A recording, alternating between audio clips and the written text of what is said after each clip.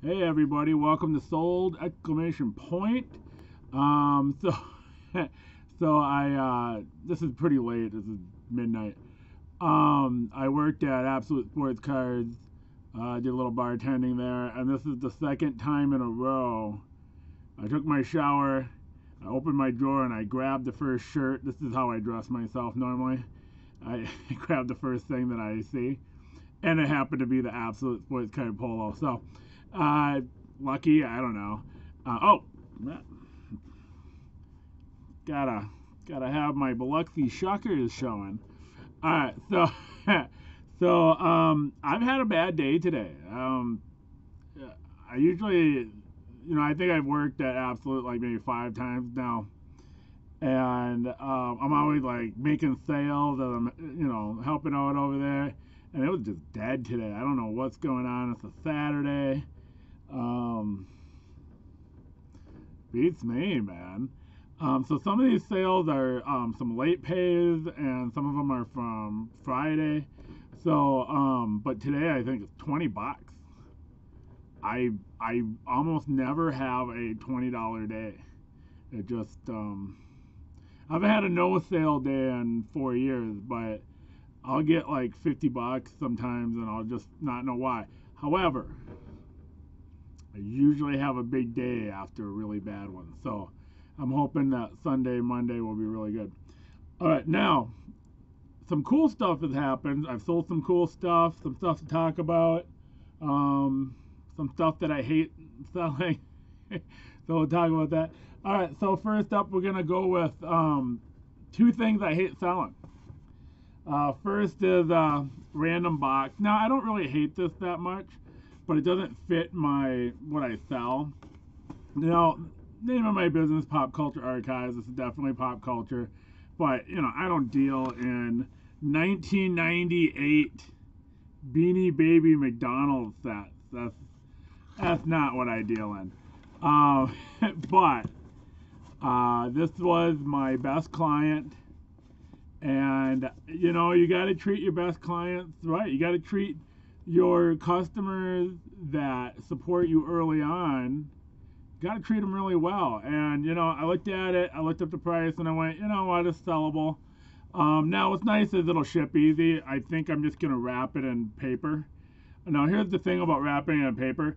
You can't wrap it in paper and then just tape the edges and do it. The post office might actually reject it and send it back to you, because what happens is the paper rips, and then the address falls off, and so a lot of times they'll just send that back to you. So what you have to do is, if you wrap it in paper, you wrap it in something, you got to make sure it's taped really well. So you're gonna have to tape like 1, 2, 3, 4, 5, 6, and make a grid, and then the post office will go, yeah, okay, that's not gonna. You don't have to completely encase it 100%, but you got to make it enough so the post office doesn't think that the paper is gonna rip.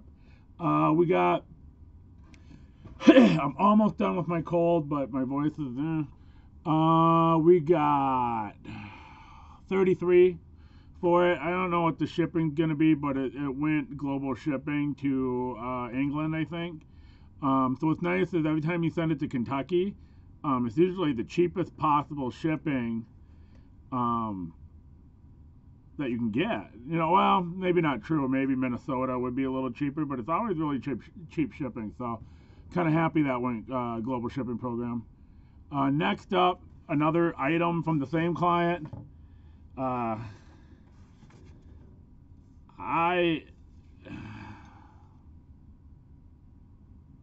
Spock plate. And be honest with you, any plate. Man, I got Christy Yamaguchi plates and Rod Carew plates. I hate them. I don't like these as collectibles, personally.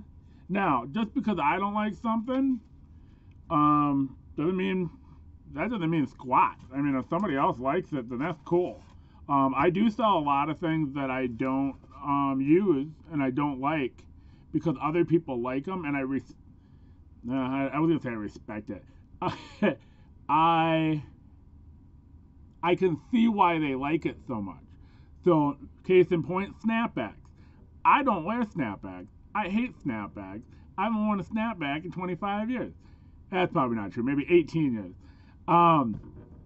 But I sell them. I can see why they like them. I love hats. I love fitted hats. But so the plates though, I'm just like, ugh, geez, and they're a pain to ship, and I'm always afraid they're gonna break. Now I've never broken a plate. I maybe shipped 6 or 7 of them. But I don't know, plates. I don't. I don't want to sell plates. But again, good client, very good client. And he's taking care of me by providing me with inventory very early on in my business when I needed that inventory, and I'm going to do right by him. Now, that doesn't mean I sell things that I'm not going to make any money on. That would be, I'm going to make $5-6 off that sale. That's cool. And that went for 22. But, it's got to go priority, so you're talking $8 shipping. But, you gotta do right by your people. You guys watching me now, like nobody's watching this video. There's like 5 people actually watching it. I appreciate that, I really, really do. All right, next up we got a Nike print ad. This is actually going to an advertising agency in New York City.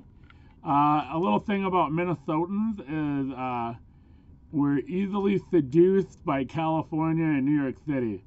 One of the nicknames of Minneapolis is Mini Apple because we think that we're just a smaller version of New York. We're not. We do have a lot of theaters though, but that's because we're trying to be like New York. But this is cool. This is a Bob Kennedy ad. It's a 2-page ad. $10 shipped. So I'm actually curious if this is just going into their archives or maybe it just happens to be a collector that works for the advertising agency and it has nothing to do with the agency itself. But I don't know. I think it's kind of cool. Like I've sold to Converse. I've sold ads to Converse. I've sold ads to Reebok. I think I sold ads to Adidas. I always really like that. I love history, and whenever archivists or historians buy my stuff for the archive, I'm like, oh, that's awesome. That makes me feel like I've added to the, what do they call that? The zeitgeist. I think that's what that's called. All right, so the Smoky Collection, Ruben Olivero, Quavito. Yeah, okay. I don't know this dude. I don't think he ever did anything. $9 shipped. All right. Then I had a new client back in the fall, late fall. He is a ticket broker, and well, is he the ticket broker? So he buys tickets from ticket brokers and sells the tickets, like ticket stubs.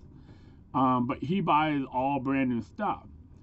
So he gave me just a massive amount of tickets, lots of NCAA basketball, comedy shows. So I got oh great, I'm not gonna remember any not a single comedian that I have. Anyway, concerts, different rappers, rock concerts. And so I'm like, man, I've never sold those tickets before. So I listed them. I made a few sales so far, but he gave them to me right as that last big chunk of the Smoky Collection came in. And I had to prioritize the Smoky Collection. And because of the Smoky Collection, then I had to prioritize all my existing clients because I got a little backlog going. And so I finally got caught up, and I'm finally listing these ticket stubs. I've listed in the last 2 days 400 tickets, different tickets, but like 4,000 tickets or something crazy like that because he's got 30, 40 of each one. So we made some early sales. First one is a 3-ticket lot of North Carolina versus either the Hawkeyes or the Panthers, or Northern Iowa. We got 16 for those 3. Then we made a sale of Kentucky Wildcats. He's a 5-ticket lot against Albany. So either this is someone who is buying it for Albany, or they're buying it for Daniel Orton.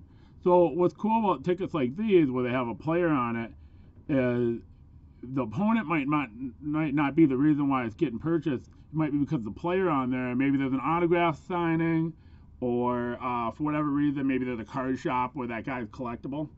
The 5-card lot went for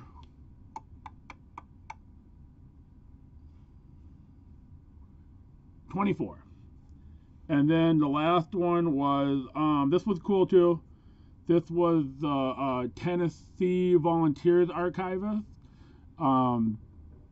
He bought 3 of the Kentucky versus Tennessee tickets. I don't know why he wanted 2 of the one game and not the other one of this one. But like this one has Karl Anthony Towns on it. So this is actually a cool ticket for Minnesota. We got, oh, for crying out loud, I don't know why I can't see this stuff. 16 for this, for those 3. I basically priced them all exactly the same. The thing about NCAA basketball is the amount of research is so heavy. And you don't really get, there's not a place where I can just run down the box scores. And then marketing basketball tickets are kind of weird because it's like, nobody really collects like 20-point games. You know, like in baseball, you collect home run tickets. They don't really collect triple doubles, like you might collect stolen base tickets for Ricky Henderson or a hit ticket. So I don't really understand them. And then, you know, with college, it's just the information's not as easy to get. So I just priced them all at $3.99 with combined shipping. And, you know, the best games will sell first. All right, so the tickets are done. All right, now for the best item. This is beautiful, beautiful, beautiful, beautiful. So this is a Kissimmee Cobras. Beautiful logo. Got a killer cobra at it. And of course, surrounding a baseball. One of my favorite things about baseball, minor league baseball logos, is they always incorporate a ball or a bat. So I got my Biloxi Shuckers on. He's got a bat. There's a cobra. He's wrapped around a ball. I love it. You know, it's like one of my favorite hats is oh shoot. I don't know. I was going to talk about this topic, but it's an Iowa team with the corn cob, but so it's got a corn cob and then there's a baseball on it, you know, as the corn, you know. So I really love that about minor league baseball logos. They're always kind of hokey, and they always incorporate that bat or that ball. But this one went for $60. It's a very rare logo. It's a 1995 to 1996, and so it's got a little wear on the sweatband. But when you're dealing with a logo this rare, and it's in very good condition, you know, you can see some use on the sweatband, but the shape is really good. The hat itself is very clean, and so this is a very high-end condition hat, even though it is obviously used. So 60 on the Cobras. Very happy to get that sale, but then a little sad too because I kind of liked having it in my inventory. All right, next up is a relatively new Hill Murray Pioneers. It's a high school in Minnesota. But I liked it. You know, it was probably made in the last 5 years. But I like the camo a lot. And Hill Murray is a sports powerhouse in Minnesota. So this could go to alumni, parents, you know, kids in middle school who want to have the jersey. You know, they're kind of a big deal in Minnesota in terms of high school sports. Then we sold a Nike Adrian Peterson jersey. I'm just gonna give you a quick. Hill Murray went for $35. The Peterson went for $45.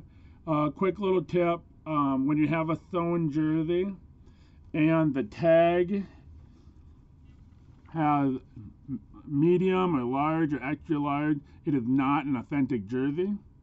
All authentic jerseys in football and other sports, but football particularly, are number sizes, so they're going to be 48, 50, 52.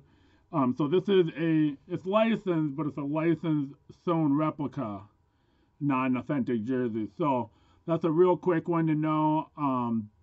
If you see medium large, know right away it is non-authentic. Do not put authentic in your listing. There are collectors who are looking for authentic. They're going to be annoyed by your listing, and then they're going to think you're trying to cheat them.